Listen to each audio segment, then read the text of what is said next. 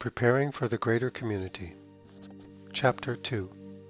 The Greater Community Presence in the World. As revealed to God's messenger, Marshall Vion Summers, on January 30th, 1997, in Boulder, Colorado. Humanity has evolved primarily to deal with its environment and to learn how to interact and compete with itself. This means that human intelligence, discernment, and capability have evolved largely in response to living in the natural environment and in dealing with other human beings. From within the isolation of your world, it appears that the differences between people are very great. The differences between individual capabilities and comprehension are significant. Yet from a greater community perspective, the difference between human beings is very slight. The difference between their comprehension and abilities is very small. Because human beings have primarily evolved to only deal with each other as other forms of intelligent life, they are very limited in their capabilities. These limitations are quite evident in human affairs and have given rise to the great problems and failures that humanity has experienced in a compounding way since the last century, that is, the end of the 19th century. The presence of divergent races from the greater community in the world today gives you and humanity as a whole the opportunity to develop its intelligence and to expand its capabilities in order to adapt to a changing situation. Yet most people in the world today are still so fixed in an anthropocentric view of life, in a human-centered universe, that they can only conceive of other forms of intelligent life in an adjunctive way. In other words, they can only consider the meaning of an extraterrestrial greater community presence in terms of how it benefits or complements human understanding. That is why, from a human viewpoint, the heavens are often filled with demons or angels, rather than real beings. Without the intervention of greater community presences here, regardless of their intentions, human beings would not develop beyond the limited adaptive situations that they create for themselves. That is why many people in the world today think that there must be floods or tidal waves or earthquakes in order for something new to happen, in order for a breakthrough to happen in human understanding. For it is generally recognized that if nothing significant happens to humanity, nothing significant will change. And because people still believe they are living in isolation, they imagine all kinds of physical calamities in order to provide the stimulation and the context for the expansion of human intelligence and capabilities. This is all the result of living and thinking in isolation. Yet it does hold a seed of truth. The seed of truth is recognizing that unless you encounter a greater intelligence or a greater set of circumstances to which you are not yet adapted, you will not be able to grow and expand individually or as a race. This is why individuals occasionally go out and do really extreme things in the world, climb mountains, and sail across the oceans alone, in order to push themselves into a situation where they will have to grow and adapt, because under normal circumstances there would not be the necessary stimulation. Well, congratulations. You have been born into the world at a time of great challenge and great change. The greater community is not here because of your spiritual needs. They are here because of larger circumstances. They are not here for you, but you can benefit from their presence. It is only in the presence of a greater intelligence that your intelligence can grow. It is only in proximity to another race that has greater capabilities that your capabilities can expand and grow. Humanity has been slowly evolving its technology and social development, but it has been very incremental, only accelerating in the recent 2 centuries. Yet now faced with the reality of greater community life in the world and greater community intervention in human affairs, you are faced with a situation that will require the development of a greater intelligence and greater spiritual capabilities. You cannot rely upon your old ideas or upon the talents that you have developed so far. Here, everyone is a beginner, regardless of what they think they have accomplished so far in life. Here, human mastery becomes quite relative to the circumstances in which it is expressed. That is why we say there are no masters living in the world, because mastery is relative to the circumstances in which it is expressed.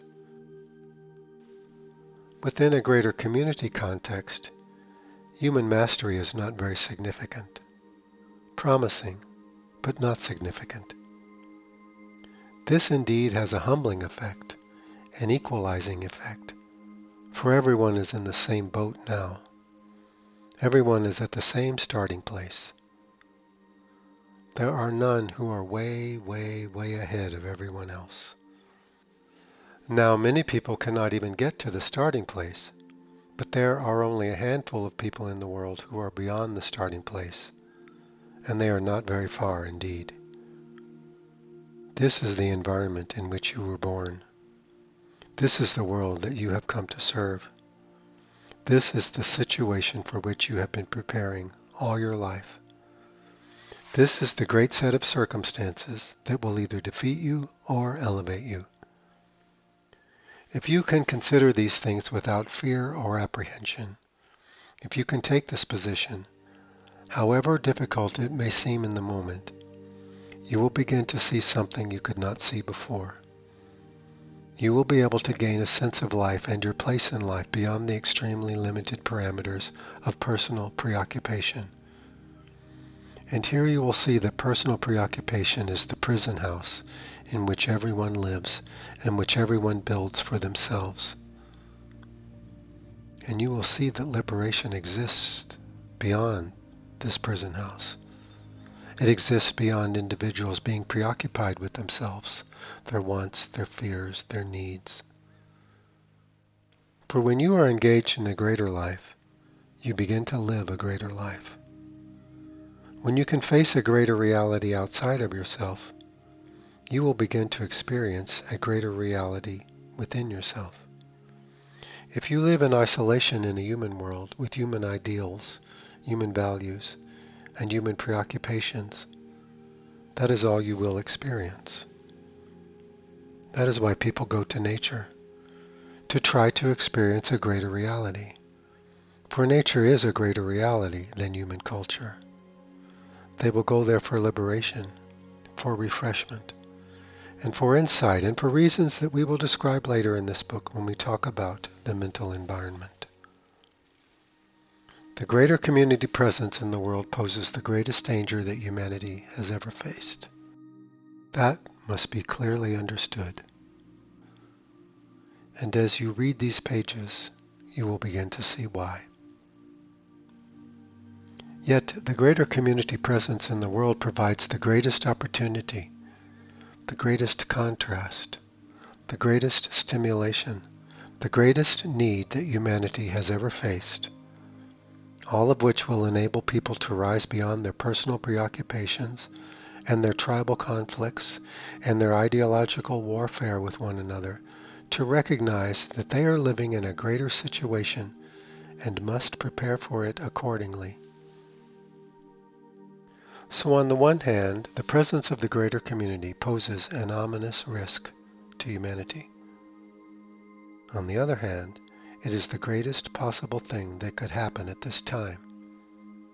Humanity, at the brink of a great decline, culturally, environmentally, economically, at the brink of a tremendous decline, is now faced with the very circumstances that will rejuvenate it, that will unite its citizens everywhere and give them a common purpose and a common focus, to bring them into the present time to deal with real situations now and in the future, which will elevate them beyond their national, tribal, and religious identity sufficiently to establish bonds of cooperation within the human family that have never been established before.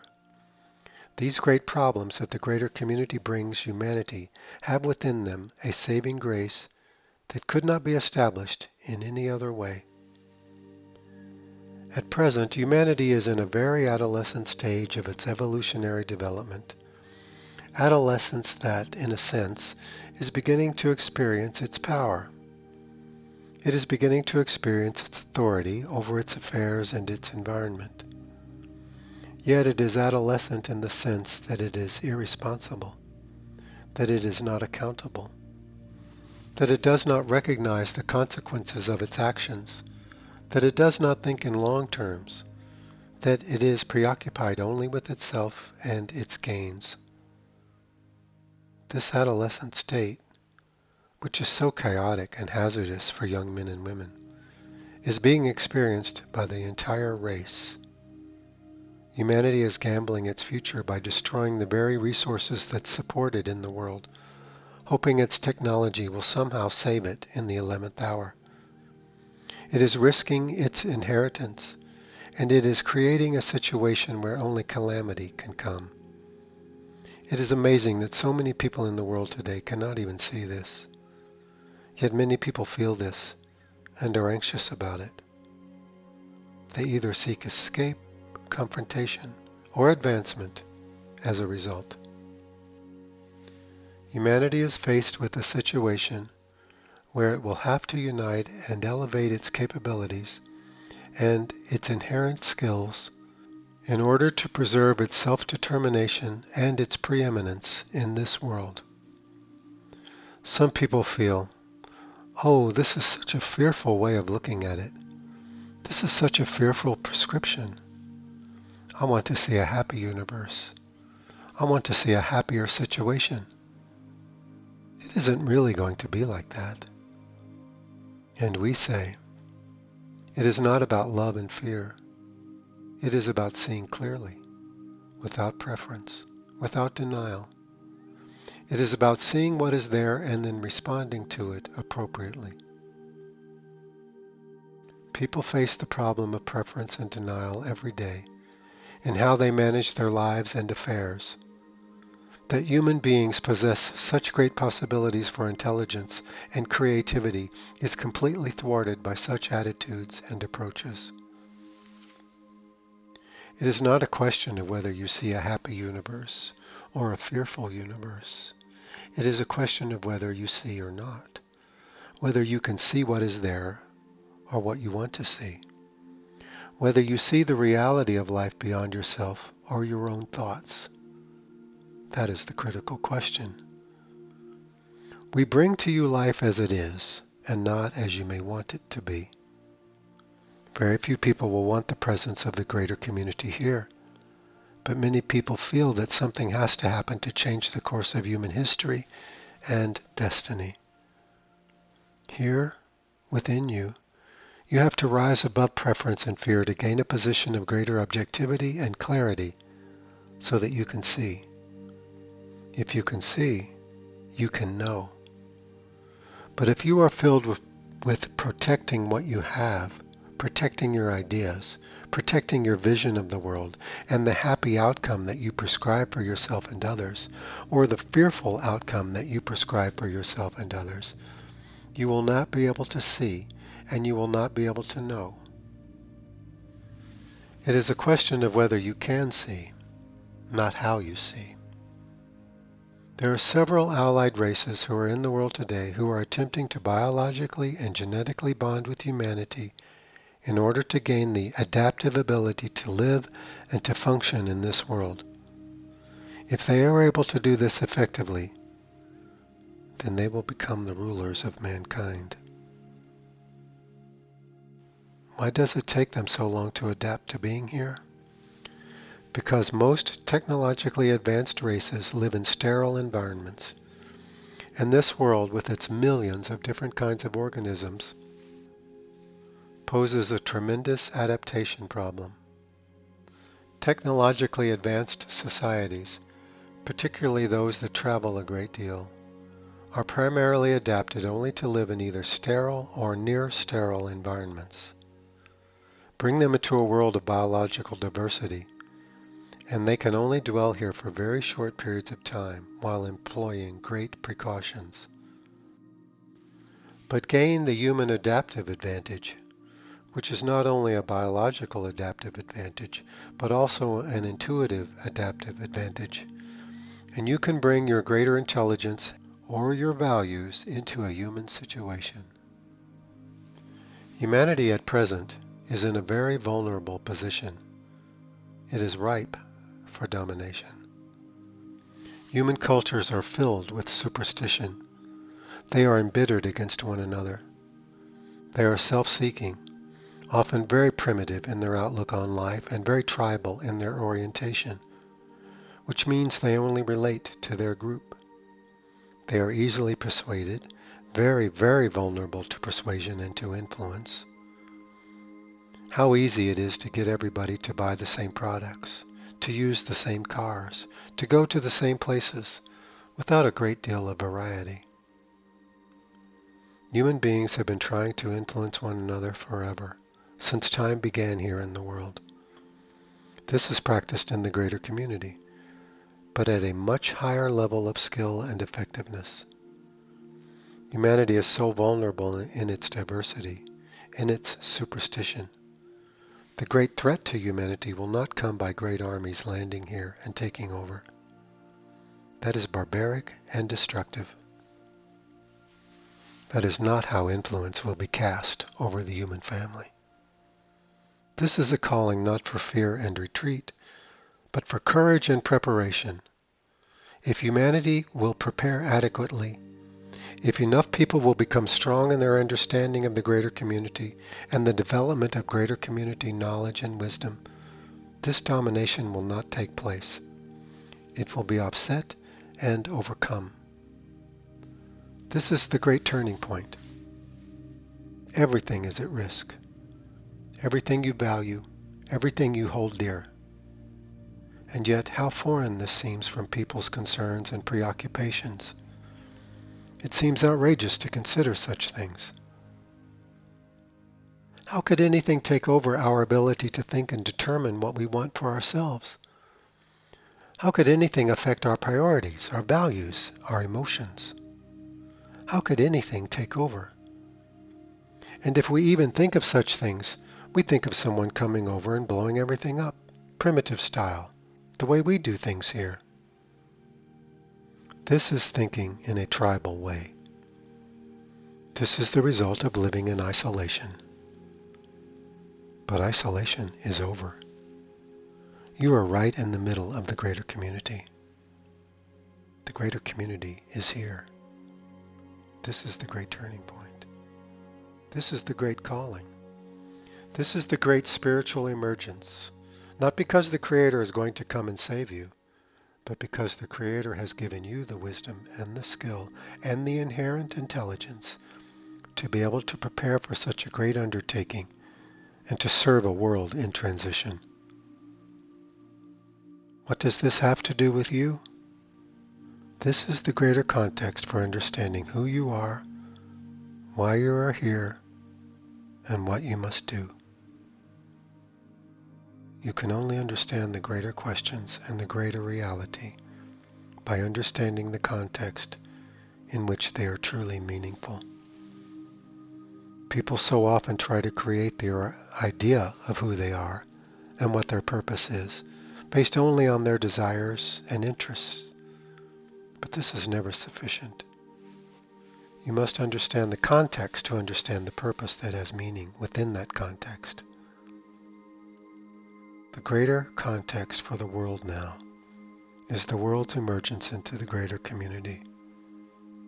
Into this greater context, the reality of who you are, why you are here, and who sent you will become revealed to you with such clarity. Your spiritual power and nature will become ignited and will begin to express itself through your activities every day. You may say, "Oh, this seems too great. I cannot even comprehend it. It is too much of a challenge." It may be too much for your thinking mind, but it is perfect for your being and your nature. You will absolutely thrive within such a greater context. But if you were to retreat and just try to focus on your personal preoccupations, you will stay small, and your spiritual reality will be dormant within you, and your sense of being alive and the vitality that is a natural inheritance will be muted and hidden within you, and you will suffer all of the emotional and psychological problems that result from this. Therefore, this has everything to do with you. It is life's gift to you. It is life's calling for you.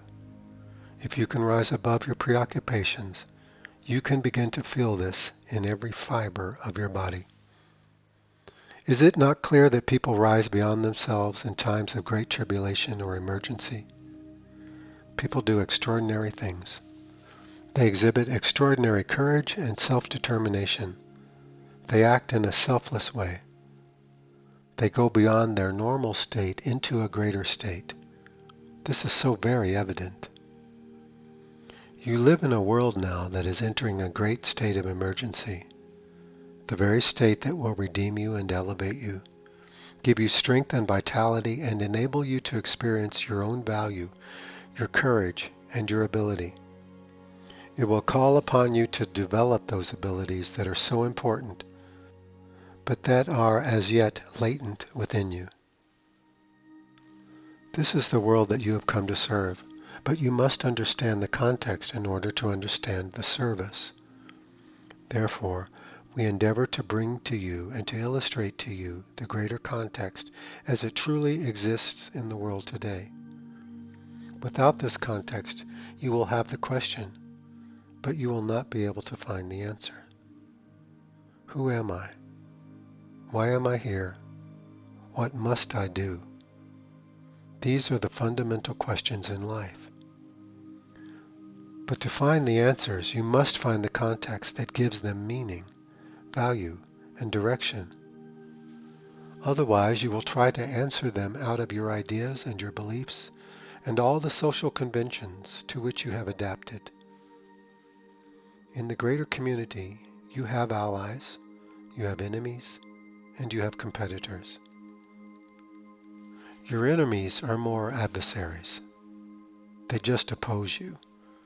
Your competitors try to use you, and your allies try to support you. How will you be able to tell them apart?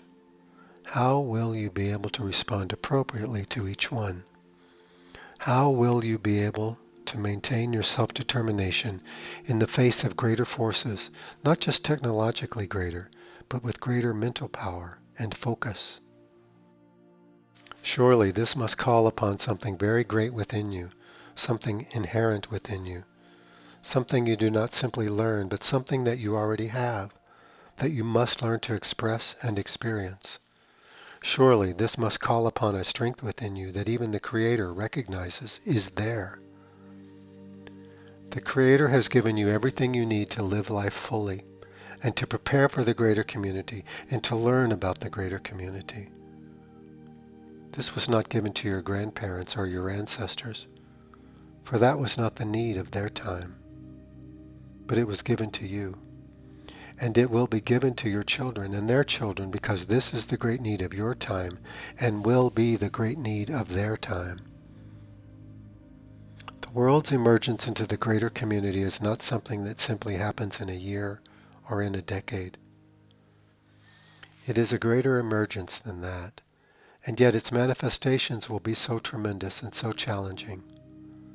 They will seem within themselves to be great thresholds, but they are all part of a great shift, a great movement out of isolation and into a larger arena of life.